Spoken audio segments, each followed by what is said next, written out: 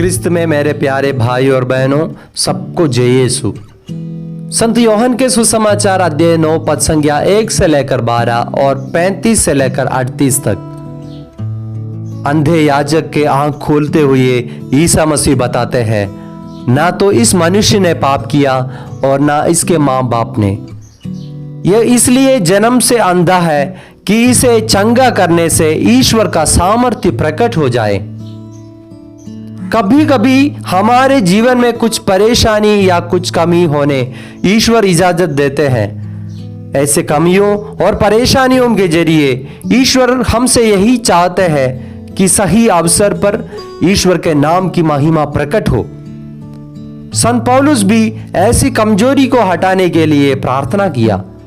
तब ईसा उसे आश्वासन देकर कहता है, मेरी कृपा तुम्हारे लिए काफी है, क्योंकि दुर्बलताओं में मेरा सामर्थ्य पूर्ण रूप से प्रकट होता है। इसलिए कमजोरियां ईश्वर की महिमा और सामर्थ्य प्रकट होने देने का माध्यम है। हमारे जीवन में विश्वासी होकर भी अगर कोई कमजोरियां और कमियां हैं, तो इसके अंत में हम जरूर ईश्वर की महिमा देख सकते हैं। आप लोग पुराने विधान के आयूब की कहानी देख लीजिए। उनके जीवन की परीक्षाएं बाद में उनके और ईश्वर के नाम की महिमा का कारण बना। संत पेतरुस कहते हैं, प्यारे भाइयों, आप लोगों की परीक्षा अग्नि से जब ली जा रही है, तब आप इस प्रकार आश्चर्य नहीं करें, मानो यह कोई असाधारण घटना हो। यदि आप लोगों पर अत्याचार किया जाए, तो मसीह के दुख भोग के सहभागी बन जाने के नाते प्रसन्न हो।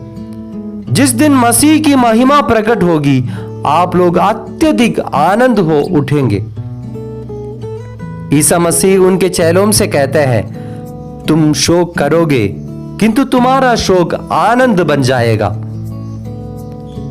इसका उदाहरण देकर ईसा मसीह कहते हैं, जैसे कि एक गर्भवती महिला को प्रसव निकट आने पर दर्द होते हैं, वैसे हर विश्वासी को परीक्षाओं की दुख में दर्द होगा। बल्कि प्रसव के बाद जैसे वो स्त्री मां बनने की खुशी में उनके सारे दुखों और दर्दों को भूलकर हंसती है, वैसे हर एक विश्वासी को भी उनके दर्दों के बाद, उनके दुखों के बाद आनंद और सांत्वना मिलेगा। ईसा मसीह बताते हैं, तब धर्मी अपने पिता के राज में सूर्य की तरह चमकेंगे। इसलिए हम अपने दुखों में, अपने क्रूस में आनंद देखकर ईसा मसीह के जैसे हम भी अपना अपना क्रूस उठाएं, क्योंकि ये क्रूस के आगे एक जीत है, एक महिमा है और एक स्वर्ग राज्य है। आमीन। सबको जय यीशु।